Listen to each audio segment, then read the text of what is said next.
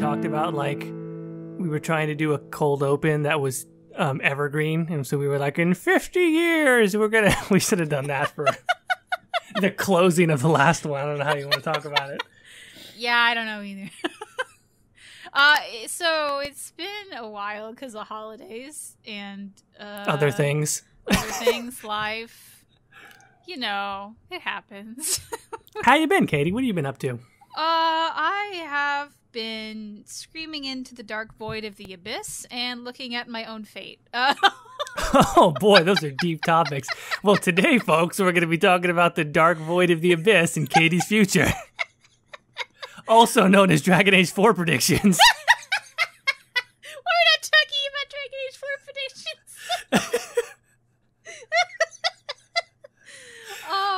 Also known, like the subtitle of that autobiography is a Slovelin fan story. God, you know my nightmare is Slovelin turns out like Reylo. Like, I don't know anything about Star Wars or anything about the new trilogy.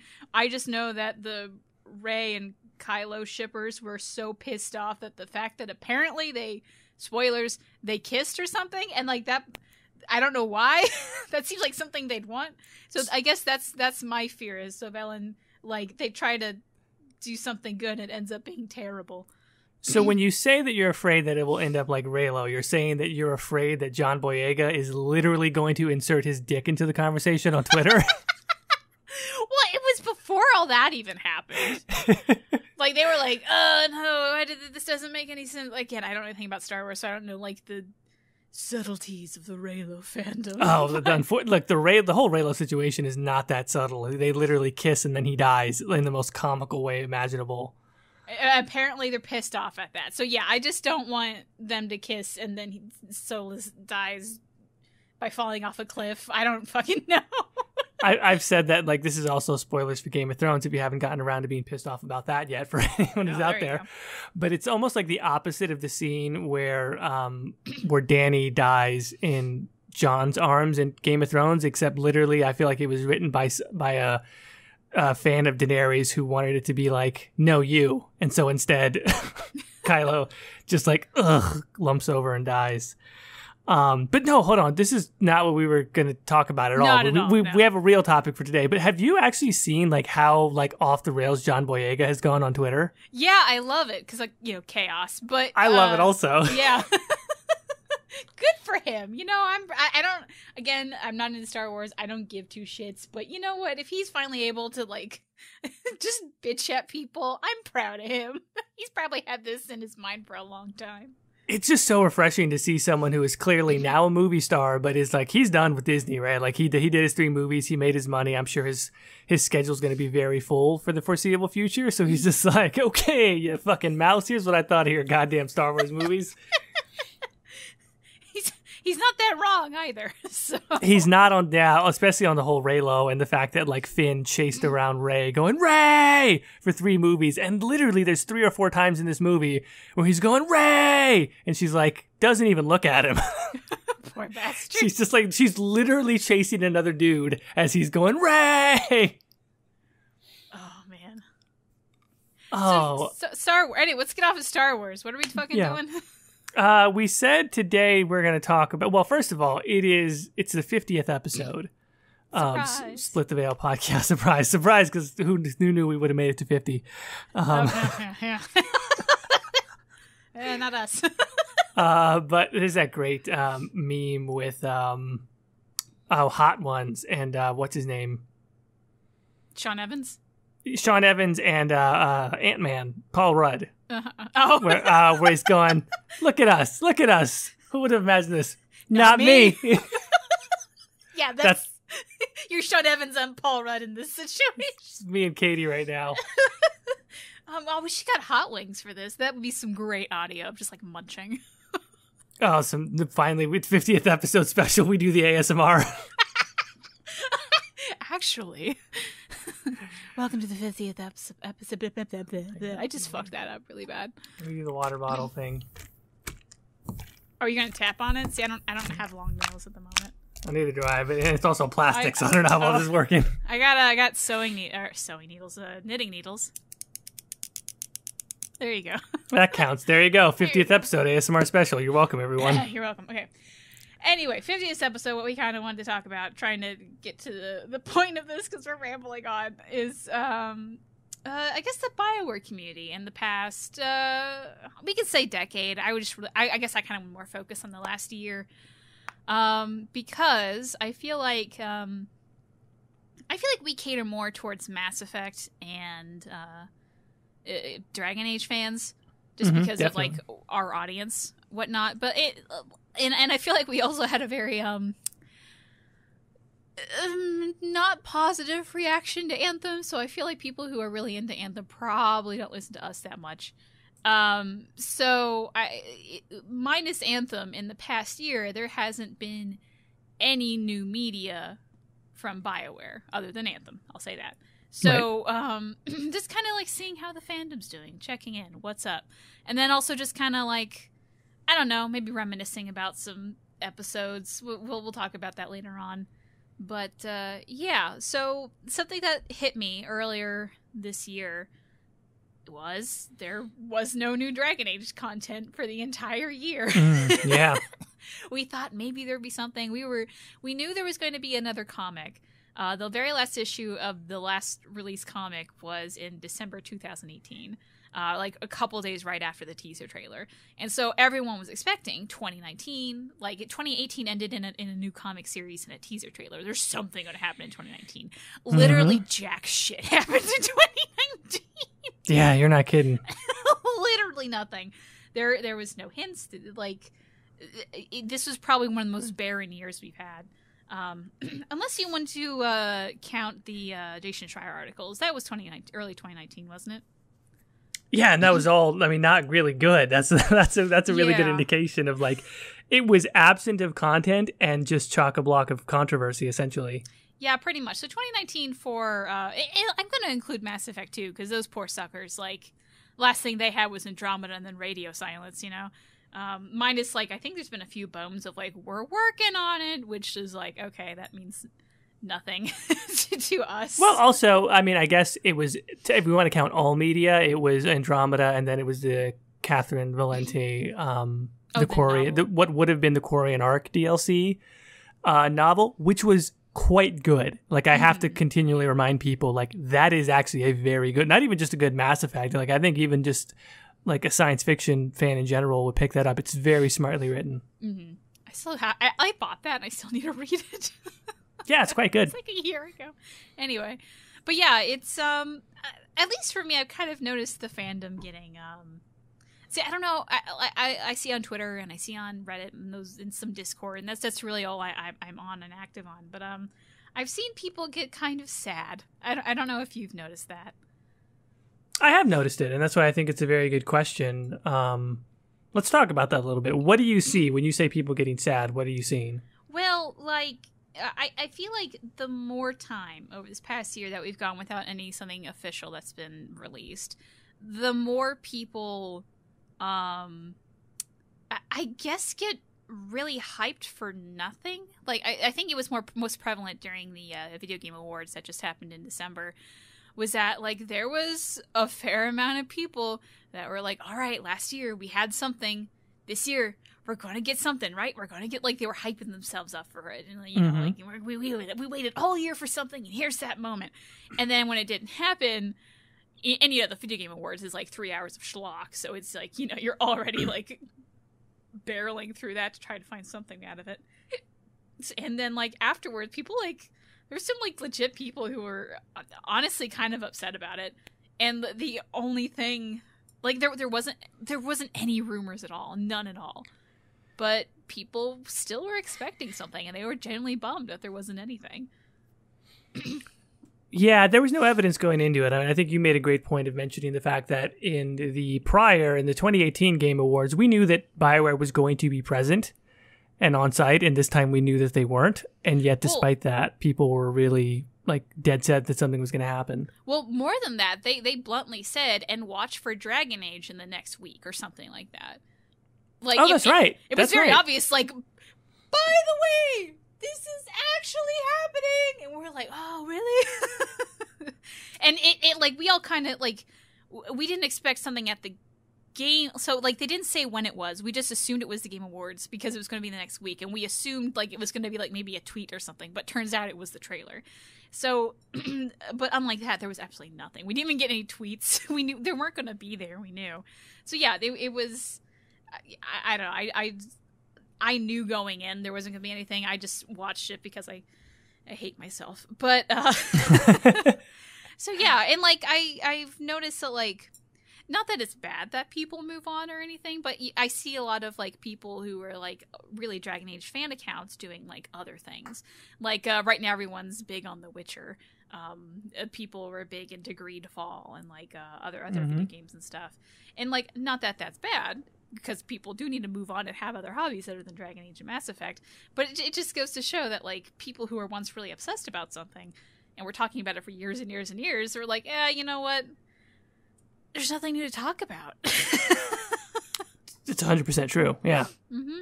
Like, anything that we could say right now about Mass Effect and Dragon Age is the exact same thing we could have said last January. Well, minus the Jason Schreier articles, but like... Correct. You know, anything official, it's been silence. So yeah, I guess like...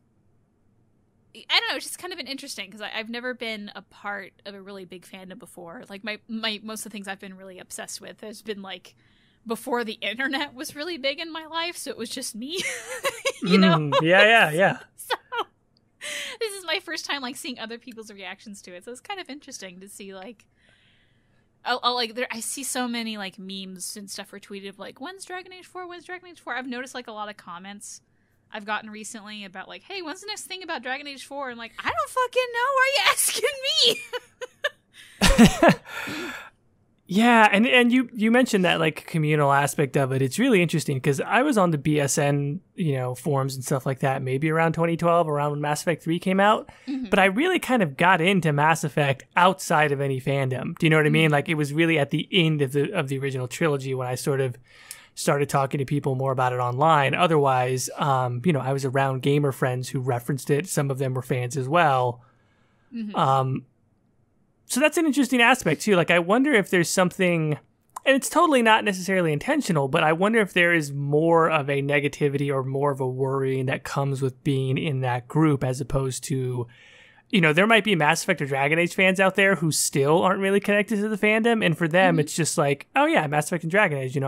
They never read the Jason Schreier articles or whatever. They're just sitting there going like, they haven't come out with a game in a while, but they're not worried about it. Maybe the way that some of the hardcore fans are. Mm-hmm. That reminds me of a very bizarre conversation I had in a grocery store like a couple months ago that I don't think I've ever said online. Fun. So I have a little Mass Effect hoodie that I wear sometimes. Mm-hmm. And like this, honestly, this might have been before Anthem came out. This is a very old story.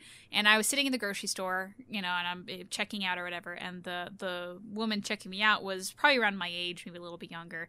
And she was like, oh, nice hoodie. You like Mass Effect? I'm like, yeah. She's like, yeah, I just bought Mass Effect Andromeda and I'm loving it so far. I'm about halfway through the game. And I'm like, oh, okay, cool. It's like, I didn't even know it came out. I'm just so excited. I love writers so much. And I'm like, who are you, you magical? Just a normal person. Yeah, you're just a normal ass person. And like, it was just so refreshing to like, this person like wasn't very big on the internet. You could tell like they were just so excited to have a new game and they were having fun with it. And I'm like, this is so pure.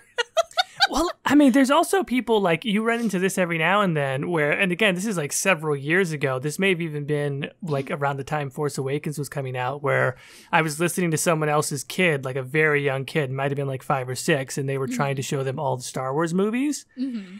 And their whole thing was just like, they fucking love Jar Jar Binks. And it's just like, that's because they're a kid and they don't fucking care about what a bunch of 30-year-old men think about Jar Jar Binks, because it's like, they're just a kid. Like, they're just watching a goofy character in a movie. It makes them laugh. Yeah. And so there's this, we have to remember sometimes, like, there's this real, like, earnest reaction to movies or games that happens completely aside from fandom. And unfortunately, fandom is what gets all the attention, whether a fandom loves it or hates it. Mm-hmm. And like, there's I've seen some posts online, and like, I go back and forth in agreeing with it or not, depending on how it's worded. But like, strong fandoms can be extremely toxic in its own way. And like, I know that's overused word. I just don't know how else to describe it. Where like you get this groupthink going on, where like let's take Mass Effect Andromeda for example. Like everyone just automatically saw the facial animations, which were admittedly not great, and like it was automatically bad. Like you haven't played the game yet. And you know what? Look, I got my own complaints about the game. I'm not going to say that, but like there are people like this girl I met at the grocery store who generally really liked the game, and I've seen people online who generally really liked the game. So there are people out there who really do like it, and like maybe the majority don't. But like look at Dragon Age 2. Like I went into Dragon Age 2 not knowing anything about the fandom because I was just playing the games back to back to back. And I like Dragon Age 2. It has its flaws, but I still really liked it, So it's in a way, you sometimes if you get into this fandom and you like get into like a lot of the drama and like all sorts of stuff, it kind of ruins some part of it for some people. And in a way, sometimes I think it's better if you're not that involved, where you just can like think on your own. You can just enjoy things. You don't have to feel guilty if you like Raylo or whatever the fuck it is. Sure. Like, you just like what you like and say fuck it. And I think there's like a nice simplicity in that. So like there's a meme tweet going on where like, you're not a fan of Star Wars unless you read all the books and do whatever. I'm like, no, fuck that. If you've only played, let's take The Witcher. If you've only seen the TV series and you really, really, really like that, great. You're a Witcher fan. Have fun. Who gives a shit? Yeah, no, I completely agree. I think it is more an issue of being able to formulate an opinion for yourself and just sort of not trying to make your opinion something that you assume that other people are going to like or agree with or sort of give you praise for. It's tricky, right? Because I think that we've gotten into that stage where people aren't really thinking for themselves. What they're doing is they're trying to anticipate what they think is the quote unquote right answer. Right. So when you think about that Mass Effect Andromeda example, people saw really shoddy facial, which were bad. I mean, the first version of them was bad. I would say maybe even terrible. Yeah. They patched it to the point where it's like, it's not too bad now. In some cases, it's fine. But they were pretty crappy, right? Oh, yeah. And so people weren't necessarily, even though you might have a genuine opinion of like that facial animation is bad, that's an opinion on what you've seen. But then they sort of extended that into Mass Effect Andromeda is a crap game. And people were eager to put that opinion out before they had played it because they wanted sort of the brownie points of being able to say, I guessed correctly. I said that this game was bad before it came out or before I played it. And now everyone agrees with me. Right, that's not an opinion. Yeah. That is literally a prognostication. That's not even a prognostication based on your like earnest assessment of the situation. It's a prognostication based on I think that this is what the popular opinion is going to be, and I want everyone to agree that I'm right and smart and good, and I sort of guessed what everyone was going to think of it. In a way, I think a really good example of that is actually the new Witcher series. Because if you looked at the critics going into it, they panned it. They hated it. They didn't like it at all. But then when people started to watch it, it actually got super popular. And now, like, it's something like crazy. Like, people started really diving into The Witcher 3, and there's more players now than there ever was at launch. They set a new record for highest concurrent players on Steam, and The Witcher, based on I don't know who tracks this, but it was more watched than any other streaming series, including The Mandalorian. Yeah, which is huge. That's huge. It's enormous. Yeah. It's absolutely crazy. So, but people panned it. Because of all of the drama going into it, we're like, oh, what's her face? Anya, I forget her last name. Looks Shalatra. She looks so young. She's too nice Witch Hunter looking. Gary. Witch Hunter Gary. People were just reaming it, but people really love it. So, I want to question like how many of those critics were watching it thinking, well, people aren't going to like it because of these reasons, so I'm going to pan it, and then everyone loved it. Well, some of those critics, by their own fucking admission, didn't watch the show, which is that one person who was just absolutely insufferable in the way that they spoke about it, and in their review said that they stopped watching after episode 4 or something like that. It's ridiculous. But no, yeah, I think that is another good example of certain folks, in this case the critics, trying to guess what they think is going to be like the trendy opinion, and then getting ahead of the meme race. Of whatever that thing is, because there is a certain amount of currency that you can operate in. If you're a content creator of any kind, the event of something coming out is not centered around the content. It's centered around the memes about the content in the weeks after. Mm-hmm. Right. That's essentially like a new form of content. It's not even criticism. It's not even talking about the core of the content. It's how many memes can we make about this thing? Mm-hmm. And so, yeah, it's very interesting to me. Like when I say that people aren't thinking for themselves and that they're trying to anticipate sort of what other people are going to approve of or like, mm-hmm. I'm not panning that like just out of hand without considering the fact that when you think about what an opinion on a piece of art or media is for, like, why do we really have that? Why even have an opinion on that, right? It sort of is inherently social, mm-hmm. right? Like I will get something out of considering art to a certain extent. I might be able to extract some theme or something about a character that's personal to me, etc. Mm-hmm. But a big part of the reason why I do this podcast, why I'm voicing it, why I'm saying it out loud is like, it's a communal thing, right? Like, it's something to talk about over drinks or at dinner after the movie with your friends. Mm-hmm. Like that's kind of why we have opinions on these things or talking about what music you like with someone at a party or whatever. Like it's inherently social. So I get the fact that people sort of, and I do it too. Like we all do it on some level. We all have that instinct to sort of say what we think, but to kind of try and nudge it a little bit closer so that we're not completely bucking what everyone else thinks. It's hard to not fall into that.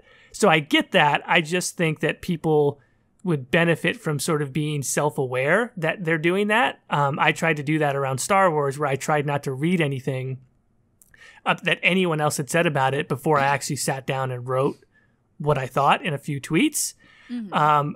That doesn't mean that I'm fucking special or that my opinion is any better than anyone else's, but it's just like I did notice sort of like that was the starting point that I had. And then once I started talking to like my friends, like my close friends, and then like wider groups of people, and then really diving into the content online, I felt like I could draw a clearer distinction mm-hmm. between my own views and everyone else's. And then also like, I didn't feel like I was competing to try and affect the narrative. Like I didn't particularly like Rise of Skywalker that much, but there's people out there who are really like trying to defend it and sort of make a case for it, which is totally fine. But you can also tell there's like this feverish need on their part to sort of like affect the narrative on it, to sort of move the needle one way or the other. Mm-hmm. And I would just say like, other than just making conversation with people, like who cares what other people think of what your opinion is on what a movie is or something, you know? I mean, yeah. Which I guess talk about almost maybe the opposite, like what you said of people defending works of art or like art, movies, whatever they want. It's, I don't know. Sometimes I get torn about people who like get really defensive about what they like and whatnot. And I say that as someone who did it as a child because like, at least in the school I went to, I was the only one that ever heard of Sailor Moon, and people said it was a dumb kid's show. And I'm like, no, it's not. You had to stand for Sailor Moon. Yeah, I had to stand for Sailor Moon. And, like, I look back on that, and I realized I really alienated myself a lot because there was also, like, some other factors going in. Like, I was heavily bullied as a child for just being a giant fucking dork. And so, like, it was the only thing I could hold on to in a way. Because, like, at least Sailor Moon didn't let me down. This sounds really depressing, but I guess it's true. So I'm better now. But, you know, like, that's it. But at the same time, if, like, people didn't like it, I didn't want to be friends with them. And so, like, there was, like, this really weird... I'm saying this stuff like 8 or 9. And that's something I had to, like, learn how to not do. Because at the end, like, you really alienate yourself doing that. And sometimes I worry about people doing that online because, like, maybe they're in a bad situation. Maybe they don't really have anything else. Maybe the only friends they have are friends they made from this fandom or whatever they did. Yeah. And so they really try to defend it and, like, it becomes a part of them and whatnot. And I think that's just as dangerous as saying it's, like, things are shit automatically. So I also, I guess, want to warn for that because, media isn't a personality trait. You know what I mean? Me liking Dragon Age isn't a personality trait. Like, sometimes I'll get some people where you'd be like, oh, we can talk about Dragon Age together. I'm like, nah, I'm good. No, I'm all right. I don't... maybe like there's no one else I could talk about Dragon Age with. I'm like, well, I really feel sorry for you with that, and like I hope you find a community, but that is not me.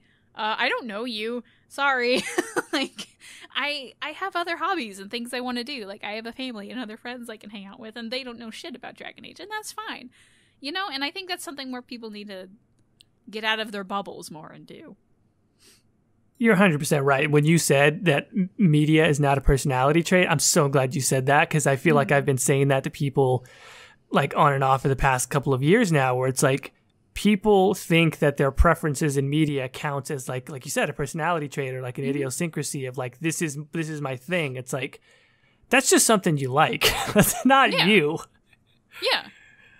And I feel like I think like teenagers really fall into this, because I know I did when I was a teenager. Sure. Yeah, and I've probably done it too. Yeah, you're right. Yeah, like I think everyone kind of goes through these phases where like it's kind of like it's hard to figure out who you are. And so one of those moments of trying to figure out who you are is just by listing things you like. Mm-hmm. Oh, well, don't you know I'm the type of girl that likes unicorns and sparkles and sporks. I'm so random, lol. The whole I'm so random cringe movement comes from people not knowing how to describe their personality, and so just say things they like. That's the whole cringe movement of that. And there's always going to be an iteration of that with teen girls, teen boys, whatever, because that's how kids learn. And then when they figure out like, oh, wait, I'm now stuck in the like me, because like I liked video games, so I guess I became the video game girl in high school. Then everyone only knew me as the video game girl, and I was like, I can draw too. I can do a whole bunch of other stuff. But no, I like, there was this one time someone, like, it was a very sweet, they wanted to get me a Christmas gift, and we were generally friends, and they just got me like something with Halo on it. I've never played Halo. They're like, I knew you as gamer girl, and I know you like that. And I just like, thanks. Oh, no. I don't even own an Xbox, but thanks, I guess. Like, it was really awkward, you know. So like, it's a buyer beware, I guess. So that's my little rant on that. No, I mean, I think you nailed it. I think you 100% nailed it. I think you're totally right that kids, younger people will tend to fall into that as well. Do we think that, well, I mean, it's in every fandom. Mm-hmm. How much is that really a problem for the BioWare community? Like because I think we're talking about super interesting stuff in like a very general sense. But like if we bring it to BioWare, like how much is that an issue right now in the BioWare community? And it's like, the answer is like, well, of course it is to some extent, and we really don't know beyond that. But I think it's a problem in spaces that definitely cater to teenagers. Cough, cough, Tumblr. Oh, that's a good bring. Okay. So how does what we were just talking about relate to BioWare fandoms? It is shipping wars and quote unquote liking problematic characters, which is the dumbest shit in the world. But like you get like adults, well, really anybody. You get people like, oh, I like Anders, I think he's an interesting character. But don't you know Anders is a terrorist? Yeah, he did really shitty things, but I think he's a really interesting character, and I liked his romance a lot. Oh, yeah, means you're a bad person and you support terrorism. Where on earth did you he's also get that? He's also a fake terrorist, which is like, my comedic chops are not nearly as honed as sometimes I like to think they are, as everyone can attest to. But it's like, that's also where the slave button thing came from, right? Like it's sort of knowingly trying to poke at the idea that it's fucking fake, man. Like, yeah, he's a fake terrorist. He's not a real terrorist. It's not a real person. So whatever, it's harmless.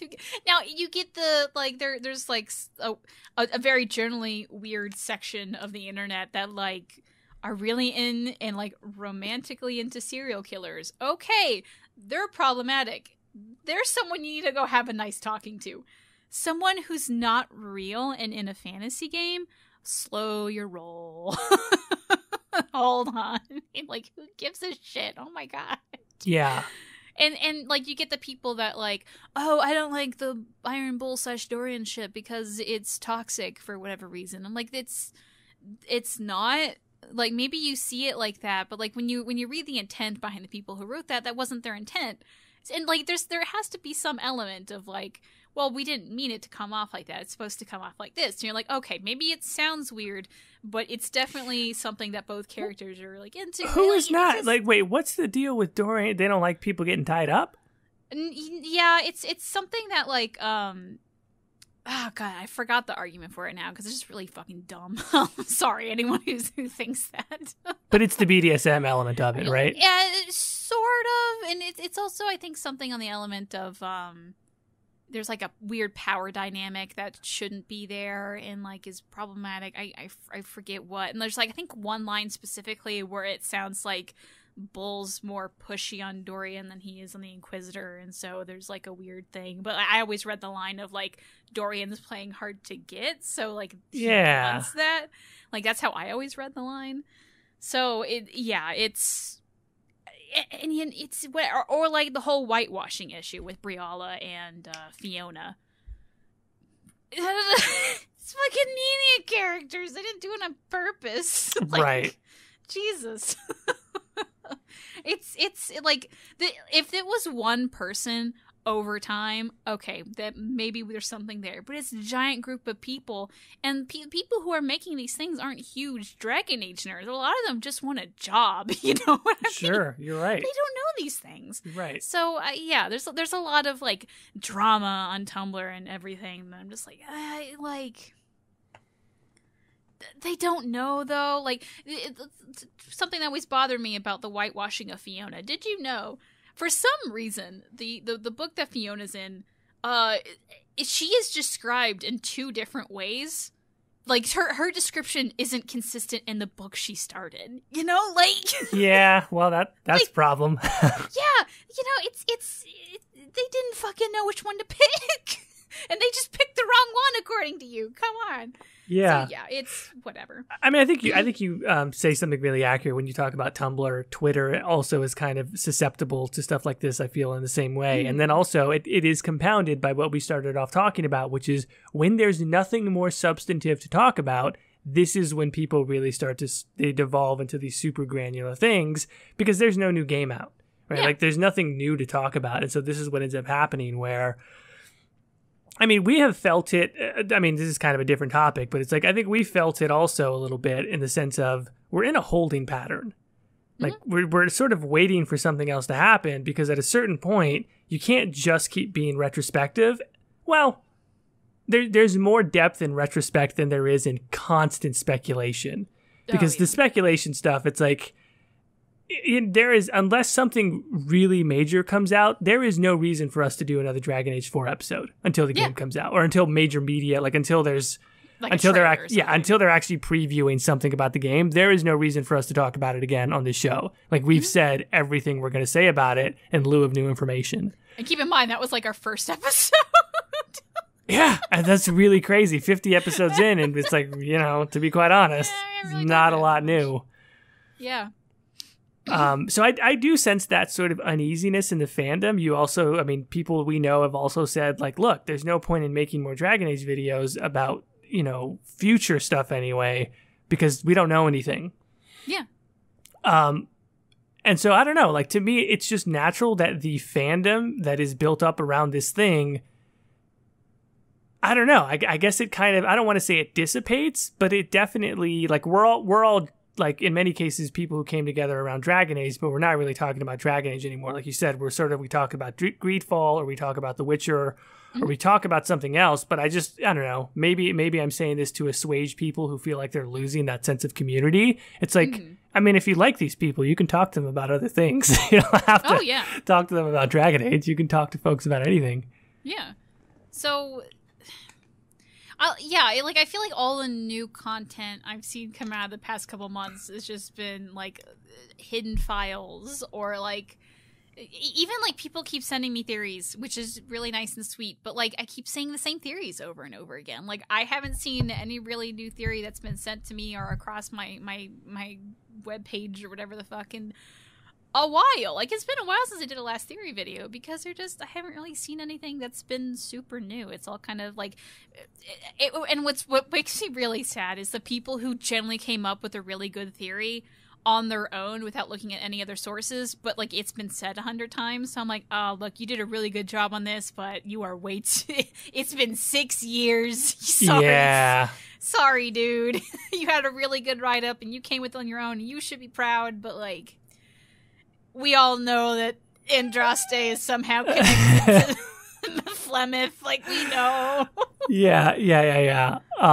But also that's a good sign that people are still having fun with it, right? Like that kind of goes back to our sort of stories about, you know, the girl at the grocery store or the kid that likes Jar Jar Binks, right? Like there's people who are independently, I don't know, that just seems like the better way to go, like in a lot of ways. Like, Also, our friend Jamie, who does a podcast with Fusselcorn, like she waited to play Red Dead Redemption 2 on PC, and like you follow her on Twitter, and like you could see her go through the whole arc and everything. And I think she avoided spoilers this whole time because, at least like judging by her tweets, like when she got to the really spoilery parts of that game, like she was having that genuine reaction, and I'm just like. How good for her if she really managed to avoid that stuff. Do you know what I mean? Like that's totally. There's so many things, games, movies, whatever else, where it's like it's kind of nice to be disconnected from everything else and enjoy it at your own pace. Oh yeah, there's definitely a lot of games that I like.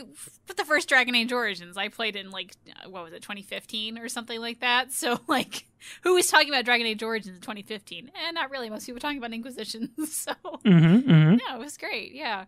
So yeah, I've also I guess I've always been a latecomer into a lot of stuff, and Dragon Age 4 is gonna be the really first time where I can be spoiled, if that makes sense, because like people will actually probably be actively talking about it and probably emailing me things and all sorts of things. Yep. So like I don't know what's going to happen. Like, am I just going to have to like disappear off the internet until I beat Dragon Age 4? Is that what's going to happen? Like, I don't know. It's going to be definitely weird for me. Because historically, I have been that kid at the grocery store being excited about Mass Effect Andromeda and liking Jar Jar Binks and all that shit. You know, like this is a whole new world for me. So. How do you feel just personally sort of being in this holding pattern? Like, I think we're talking about the community, but just like you're a content creator who's doing this, you've been very successful, like mining the retrospective aspect of this, talking about Dragon Age, and now we're sort of in this pattern of we're talking about other stuff, we're streaming other stuff, we'll be fine. But like, how do you feel about it? I guess I'm kind of torn because like there's still a whole bunch of stuff I have not covered in the channel. I haven't even touched the Chantry because like I just don't even want to get into that. And like there's a whole bunch. Like I'm not hurting for content on my channel. I'm just more hurting for time. But like I do kind of get tired of looking at the same material over and over again. And sometimes I'm like, man, I wish there was new content I can like think about. Because like, you know, I already know a lot of stuff. When I do little retrospective videos, like I already, for the most part, kind of know what's going to happen. It's nothing new or exciting. It's just teaching other people, you know? So like, which we say there hasn't been anything in a year, but like on the next, like, I don't know when this episode is going to be released, but I believe it's on the 15th of this month. The first episode of the new comic's going to be out, and like like January we get a comic, February we get a comic, March we get a book and a comic. Like we got a lot going on in the next couple of months, you know. Yeah. So like I'm just excited to talk about something new, you know. And, like, there's already been, like, new stuff. They have a preview of the comic out, and there's, like, this weird sarcophagus thing. I'm like, oh, what the hell's that? Hey, there's a mystery again. I have fun again, you know? So, like, I don't want to say that I'm necessarily tired of it. It's just more, I wish there was something new to talk about, because I kind of get tired talking about the same things over and over and over again. And I think everyone does, too. I just have an obsessive personality, and I have no other video game interests at the moment, you know? So yeah, that's the thing. And also, like, you talk about, like, the obsessive personality. Like, when you've gone through this, like, focused, it sounds like really concentrated period of time of, like, the past 2-3 years where you got obsessed with Dragon Age. And, like, the fun of that is being obsessed with something that's new, right? Like, that's the fun of it, is, like, trying to get to all the corners you haven't gotten to. Once you get to them, it's like, it's not as satisfying, I imagine, to be obsessive about something and just going back over it. Yeah. And, like, there's, like, some elements of, like, well, it's comfy going back or something like that. But, like, I guess talking about Sailor Moon, because I feel like I have a lot of nostalgia and love for it still, and it's very comfy to go back. Like, I've read all the things. I've watched all the musicals. I've played most of the things. You know, like, I'm done with that. I've done all the things. Sailor Moon Crystal is just not that great anyway, so I don't really give a shit. So, you know, like... Yeah. So yeah, you know, I'm done with it. I say other than looking this as a giant collection of Sailor Moon figurines, a poster, and all my comics are on my shelf right now. But like, I don't need to think about that anymore. I just kind of look at it and go, that was a good time in my life, and I had a good time. You know, like where as in Dragon Age, I feel like there's still something I want to learn. There's still something I want to do because the story's not done yet. But yeah, anyway, but. So, I feel like I also want to touch on the Anthem community, but I don't know how long we've been talking. How long have we been talking? Do we have time for that yet? We're getting into like 40 minutes. I definitely don't want to leave out sort of like Anthem because, you know, that is the BioWare community of the moment. Even though it feels a little bit separate, they are sort of the BioWare community. Also, one thing I do want to say kind of about like Mass Effect and sort of my feelings on sort of like where I'm at with the series right now. I have noticed that like there's a part, I haven't played it. I have not done like the annual. I did not do sort of like the annual playthrough of the trilogy, which I've typically done. I didn't mean to do it every year, but I've pretty much done it almost every year since Mass Effect 1 came out. And I haven't really had the motivation to do it. And I felt kind of bad about that at first until I realized like the point where I feel like I really, really started to love Mass Effect wasn't even necessarily as it was current. It was sort of this period of time after 3 had come out. Like, say, 2013, 2012, where I had worked at a video game store. I worked as a manager of a GameStop until 2011. And at the peak of that, like, I was just fucking playing everything, man. Like, it's funny. I listened to, like, a show like Game Informer where they're plugged into everything. And I'm like, yep, that sure sounds good. I've played, like, 5 new games this year that came out. Like, but there was a point where I was in it, right? Like, I was playing everything that was current. I was trying to beat as much stuff as possible. And I'll be real honest with you, like that was probably the period of time when I liked video games the least. It was like right at around 2011 when when I just felt obligated to play everything. And I was so not into games, like didn't touch stuff for like a good year, maybe 2 years. And when I really came back to it, I was just like, well, what do I want to play? Like, I don't have to play anything to be up to date for my job. I can just play whatever the fuck I want to play. And I was like, I want to play Mass Effect. Like, I want to play Mass Effect and Dragon Age. And then I got onto this thing where, like, I was just fucking playing Mass Effect and Dragon Age fucking back to back to back. Like, I could finish the Mass Effect trilogy and be like, let's fucking do it again. Like, I went through this huge, long phase of just never being tired of it. But now, I don't know if it has to do with, like, focusing on it partially for content, but it's like, well, I don't necessarily have that same urge to play it. And, like, I don't want to play it just to play it. You know, like, I don't want to play it just to sort of get more juice out of it or to try and squeeze a few more insights out of it, because then that totally goes against that period of time when I was the most into it, which is just like, what do you feel like playing? I mentioned before we started, I won't give people the whole synopsis, but like, you know, just kind of like dropping into Death Stranding, which is a game that I got for Christmas that I probably wouldn't have bought, but I'm like, okay, like, let's try this out. And I was telling myself, like, I'm not going to be guilty if I don't finish this. Like, I'm just going to fucking mess around with this. And at least so far, like, it has grabbed me a little bit more than I would have thought, despite its shortcomings. And then also, like, Pokemon is another one of those games, which, like, wasn't a purchase. It was a gift. And I'm like, you know, I haven't beaten a Pokemon game in a long time. So once again, like, I'm not going to care if I just stall on this. But again, so far, like, just being able to come to it in a relaxed way, I'm liking it more than I expected.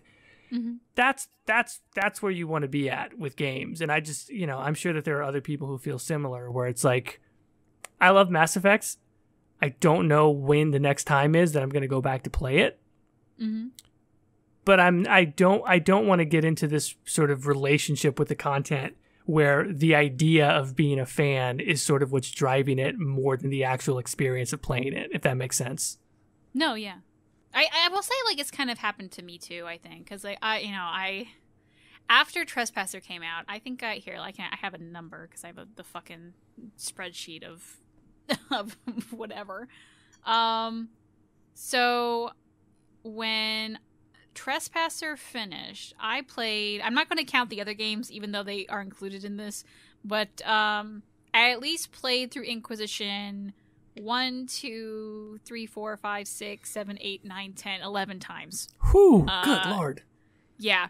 Just because I was obsessed with it. And like, there's also like a lot of those also have world states that are also attached to them. So that also includes 11 times I played Inquisition or Origins and 2. So, you know, a lot of Dragon Age was happening. And I think I finished one game in the last year other than streaming. So I guess, like, yeah, if streaming counts, then I've been doing that. But, like, I don't know. Like, I've just been, like, I don't know. I've been good. You know, I don't want to force myself to like play something because I feel like I have to finish the spreadsheet that's unfinished. You know, like, I don't want to force myself to do anything. So like, yeah, I get what you mean. Of just like, you know what, I'm good for right now. And like, there'll probably be a time where I go back and be like, oh, it's been 2, 3, 4, 5 years. I don't know. Maybe I want to show my kid that when they're a lot older. But you know, something like that. Like, I'm going to come back to it. Just not right now. Yeah, like if that's kind of like what I thought about Mass Effect. I'm like, if anything is gonna make me want to play it, it's actually probably not playing it, right? Like eventually I'll probably get a craving for it again. Yeah. And that'll make me want to reboot it. Another question that I want to ask you, because I wonder about this sometimes.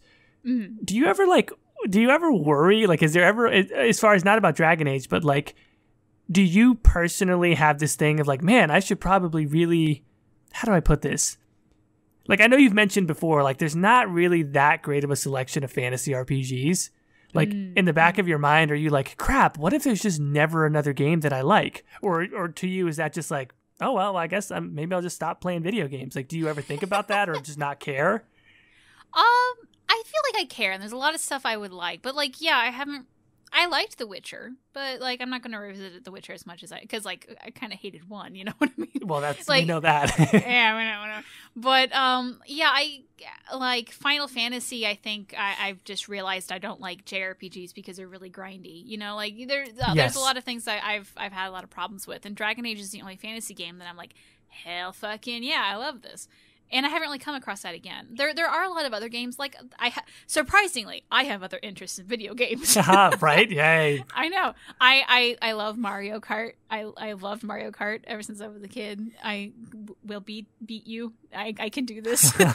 I love Animal Crossing. I am so fucking excited. When I'm giving birth to my child, you know, when I'm in labor, I'm going to have Animal Crossing on the Switch with me. I'm going to be that mom. I'm going to just be like, oh, I'm in so much pain, but I got to get this scorpion. You know, like, it's going to be. Yeah, it's like, I am looking forward to, like, having a baby on my chest and playing Animal Crossing at 2 a.m, because what the fuck else am I going to do at 2 a.m. with the baby? Yeah. You know, so like I like Stardew Valley and stuff like that. There's other games I'm going to play. Maybe Dragon Age is the only fantasy one I like. But, like, that doesn't bother me, I guess, because I know that there's other games I'll like. And, like, you know, having a kid soon, I'm going to be playing kids games soon. We're probably going to get, like, some fucking Yoshi, Kirby, Lego Star Wars, whoever the fuck. I'm going to play with my kid with that, you know? Like, and that's fine. Video games are to have fun with, and as long as I'm having fun, that's fine, you know. And video games aren't the only source of fun I have. There's other things I like. Right. If anything, I'm just gonna feel guilty. Like, oh, I bought this really expensive computer and I guess the Switch was a gift. But like, I have all these old gaming consoles that I'm never gonna touch again. I'm just gonna be like, man, I spent a lot of money. Like, I mean, like, I feel likewise of just like, yeah, I imagine I'll always play something. Like, I'll always be into games. But when you mention that aspect of it, I'm like, God dang, the more I inch closer to like responsible adulthood, I'm just like, God, what a great, like, benefit for my pocketbook it would be if I just fucking got tired of video games. Fucking graphics cards are expensive. Like, you know what I mean? Like, yeah. It'd be like, those goddamn Steam sales get me every time. Like, I can totally, like, look at my girlfriend and be like, just because a purse is on sale, you're not saving money. You're actually spending money you wouldn't have spent, even if it's discounted. Meanwhile, I'm like, oh, this game's only $17.99. It's normally $40. Click buy. What a deal. Yeah. You know, it'd save me a lot of money if I got tired of video games. Yeah, or at least just learn to buy when you're about to use it. Yeah, there is that as well. Yeah, there's something about like I was definitely a patient gamer as a kid because I was kind of late to a lot of things. Like, oh, I want to play this new Final Fantasy game. Oh, my new Final Fantasy game. I mean, it came out 5 years ago. Dope. It's $10 used. Let's go for it. Yeah, well, no, it's honestly such a great thing, right? Like, I was a patient gamer because I didn't have any money, right? So it's just like, it's weird how, like, I don't know if I would have loved Knights of the Old Republic or played it as much as I did if I had new games. Do you know what I mean? Yeah. So that's the thing also. So Anthem, right? Let's talk about that wonderful group of people who are like holding it down basically for the BioWare community in the current day because they're the ones who have a new product. And for as much fervor as there was criticizing the game when it came out, it kind of seems like as we near the 1 year mark, that community is sort of the people who are left there are the folks who seem to be enjoying the game. Mm-hmm. And who are real, like, I will say, like, so I've been following probably the person you want to follow who knows, I'm going to say Dragon Age, who knows Anthem probably the best out of everyone is a guy that I think the channel name is Your Anthem. The Twitter handle is Anthem Your. And I think his real name is William. I'm not going to call him that. I guess I might be wrong. But he's the guy that I think has been doing the best out of Anthem coverage. Mostly because, I'll be honest, I don't know of anyone else doing it. Not to say he's bad or anything. He's actually very good. I just generally do not know anybody else who's still covering it.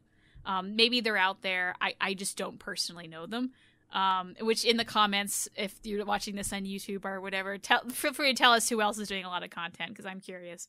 But there's a couple others, I think. But yeah, he is the GOAT right now for sure.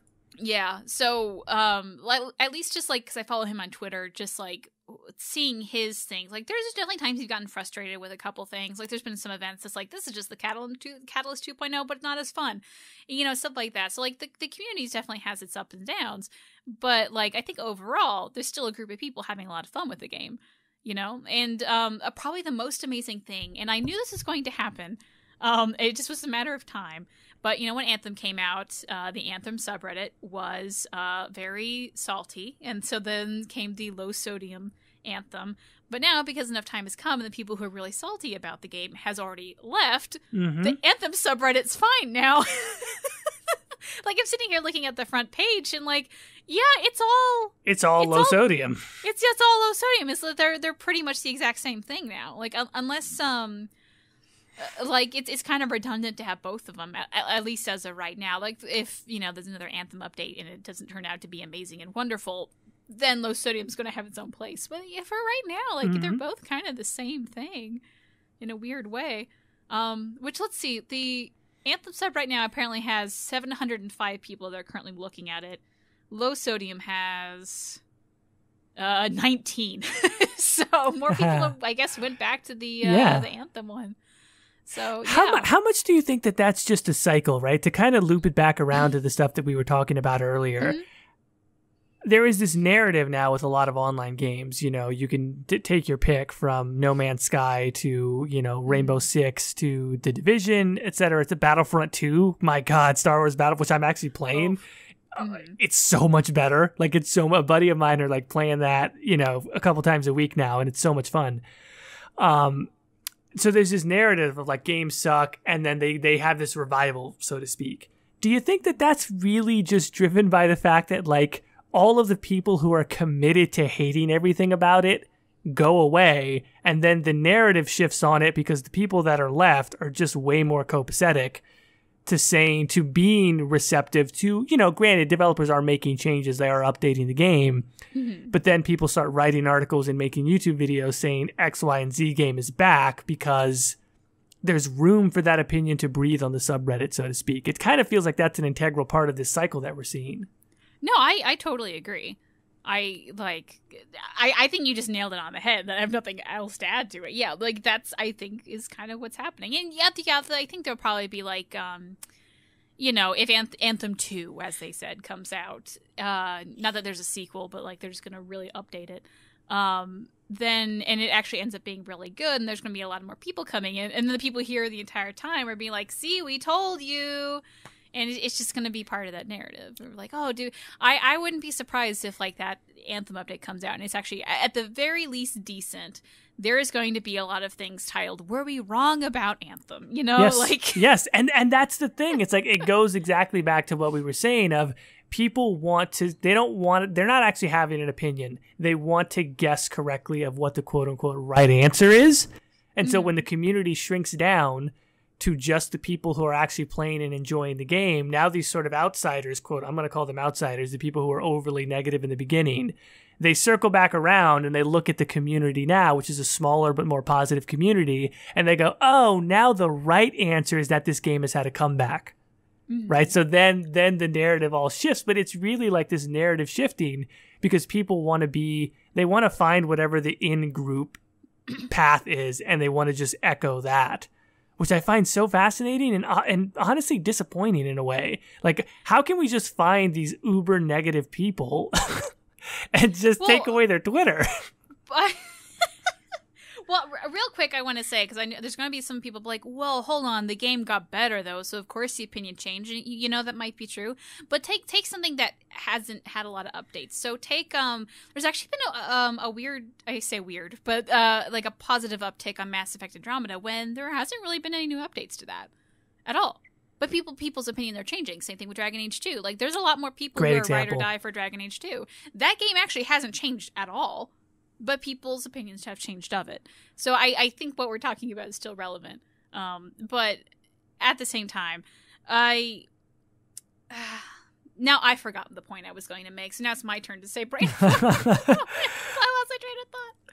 Fuck. No, but one thing too also that I want to mention, obviously you and I, we were in the camp of people who were not too hot on Anthem. I'm very happy to see that people are more positive on Anthem as time goes on. I'm very happy to see that the game is having things added to it that people anticipated at launch. Mm-hmm. I'll be real honest. When I played the new content, my opinion on Anthem is still kind of the same, personally.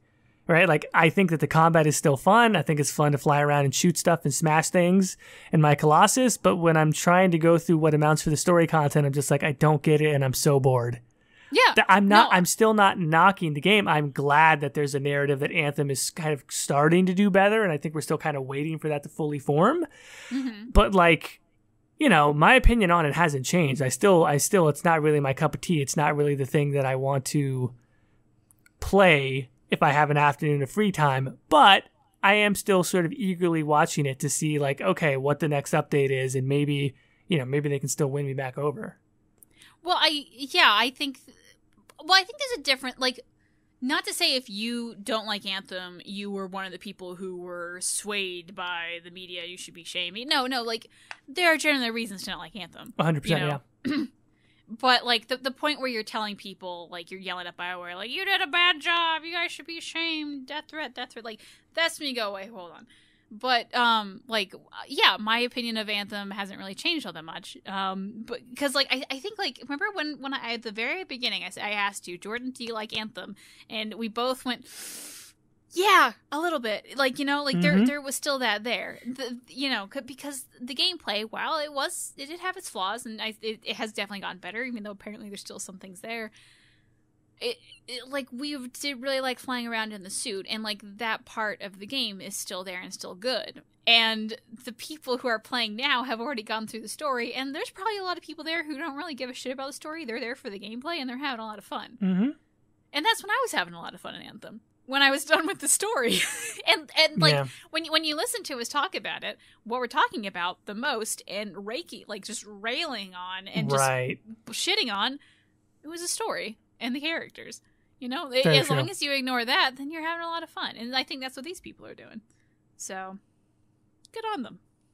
Yeah. But anyway, but yeah, I think the Anthem community has had a really great year in that, like, they started out with just a clusterfuck, and I feel like out of that has come a small core community that, like, I don't know how big it is, to be quite honest.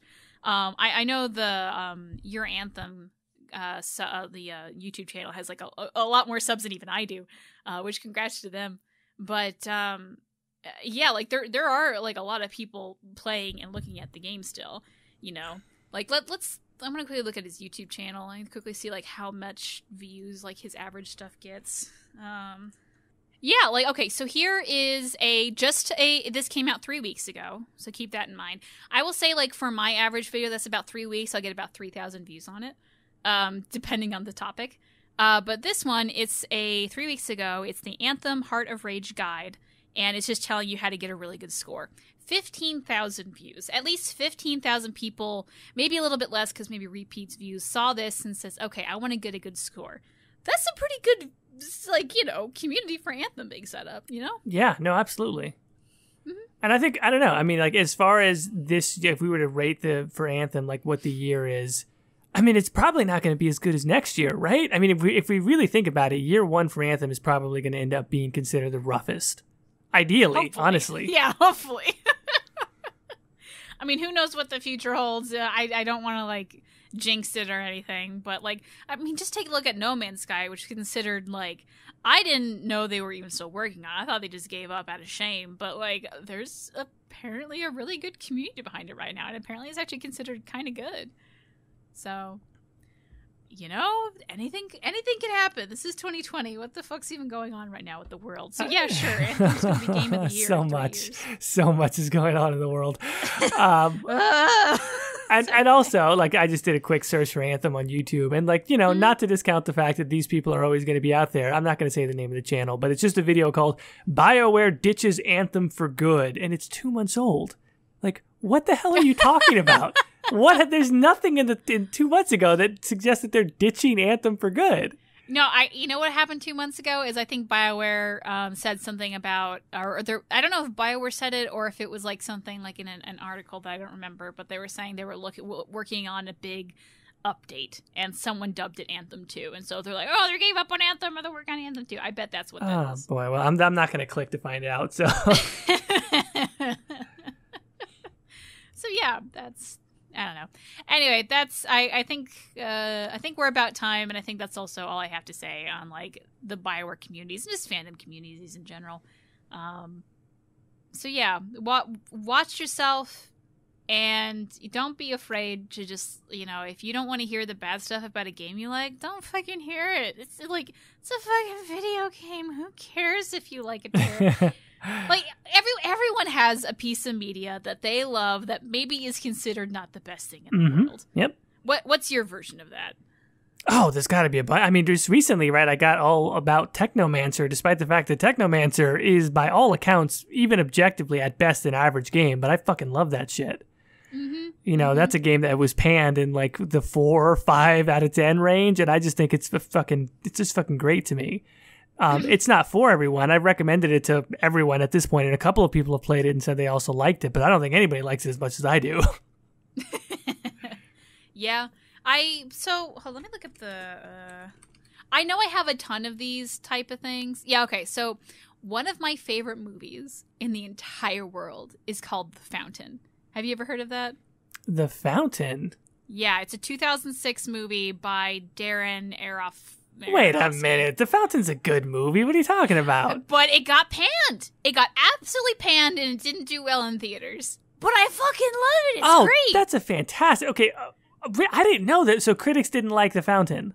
Yeah, they're fucking dumb. Aronofsky's... I mean, look, if you want to take some issue with sort of Aronofsky's more like his most recent movies, I think that there's grounds to do that. But around that time, he was hitting like that's a fucking phenomenal movie. The ending of that movie is fucking trippy as shit. I love them. The soundtrack, I love it. But I've showed it to a bunch of people, and I always get looks of what the fuck am I watching? Oh, that's right. That's the look they're supposed to give you. Yeah. But like a lot of people don't like it. I think a lot of people that don't like weird artsy movies are like, okay, I hate this. What the hell's going on? But I love it. Easily one of my favorite movies. But like, yeah, it didn't do well. You know, but just because it got panned doesn't mean it's not great. I love it. Yeah, no, that's an interesting example, Katie. That example just shows that you have good taste. I don't think that. And the people that you showed that movie to that didn't like it, they have what's called bad or no taste, we could say. I want to say there's another movie I really like, but I don't know how the reviews went for it. Okay, it did a little bit. Another movie I really like is called The Fall. Have you heard of that one? No, maybe. It's kind of like the same amount of trippiness. It came out because I'm looking. It came out in 2008, and the director is Tarsem Singh. I think it is. I have not actually heard of the director until now, but it's a beautiful little movie. Oh wait, sorry. Wait, I'm getting conflicting release dates. One says 2006, one says 2008. I don't know. Anyway, it's a beautiful little story. Go watch it. Go into it not knowing anything about it, but like the costumes, the set design, the story is all really good. I would put it at the same level as The Fountain. It's not as sad as The Fountain, and maybe not as trippy, but I still love it all the same. Yeah, no, you got to go deeper than that for bad example. Like I love thinking about this, like I Spy, which is a 2002 movie with Eddie Murphy and fucking Owen Wilson. Holy shit, that is not a good movie by any sensible. It's just so fucking. I think Eddie Murphy's funny. I think Owen Wilson's funny, right? And like the plot is beyond stupid, and just like the acting is not great in some outlier sections. But there's a scene where fucking Eddie Murphy is trying to dictate a Marvin Gaye song to Owen Wilson so that he can woo Famke Janssen's character. And Owen Wilson is like speaking Sexual Healing by Marvin Gaye as he attempts to seduce Famke Janssen, and it is fucking genius. Anybody should just go look up that scene alone on YouTube because it's fucking hilarious. And it's it's not a good movie, but it's certainly entertaining. I'm trying to think of like something I know was really, really not great. I still kind of have a fondness for the first Twilight book, if I'm going to be honest. The rest of them are yeah. The first the other ones were honestly god awful. But like I read it I was 13 years old, and when you're 13-year-old and like you're reading that book, it's fun, it's magical. It kind of there was a reason the first book was really popular. The other ones were miserable. It really was. Even as a teenager, I'm like, I hate this. But like, yeah, no, I have fond memories of it. And objectively, I've gone back and like when I was in high school, try to reread it and go, what was I thinking? Yeah. But like, I have a lot of fond memories of it, and like it's just kind of silly fun, So I guess that's gonna be my example. But yeah. Anyway, the episode's over. I feel like yeah, we've just been rambling. Okay, where can they find you, Jordan? Actually, last thing before we close out, it is 50 episodes. I do just want to say, like, holy shit, right? That's really cool. We've been doing this now for a couple of years. Mm-hmm. Thank you to everyone who's listened, because I'm still, even though like in the sea of the internet and people who do just like massive numbers, I'm still blown away by the amount of people who are interested and tell us that they enjoy the show, and people who have said like literally a bunch of times now where they say things like it's their favorite podcast, which is just like, oh my God, that's incredible, because there's a lot of really good podcasts out there. Or, it gets them through their workday, it gets them through a long commute. These are things that I've been saying about other people's podcasts for years, and so it's a completely surreal thing that people sort of direct that at anything that I'm even remotely involved with. And so thank you to everyone who's listening. I've had a blast doing this, so it's really fun.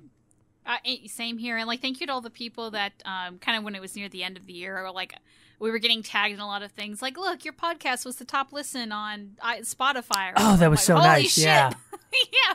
And like they would like also include like other famous podcasts. So there would be our sorry ass, and then like my brother. Yeah, I saw that one, and I'm just like, holy shit. What? And like we were above like one big one, and we're like, oh, yeah. I'm like, holy shit. Like on the one hand, I'm just like, I want to like show this to my mom and be like, look at this. One person likes this mom. Yeah, so thank you. It's very humbling, and just here's to I don't want to say here's to 50 more, because I feel like that traps us in a way, but like here's to a lot more episodes worth of fun. There you go. That's a good way to go at it. All right, so now, where can folks find you, Katie? See, I asked you first. Okay, you can find me at Gilderson on YouTube and Twitter. Where can they find you? They can find me at The Exalted March on YouTube, Instagram, and Twitter. All right, and with that, guys, thank you for the 50th episode, Terrestrial. You think we should change that up now, or it's 50? We gotta stick with it. Oh no, it's Terrestrial forever. Unless we do I Should Go, but I feel like a lot of people do I Should Go. That's fair. All right. It's just ending now. I already said it. Terrestrial again. Yeah, there we go.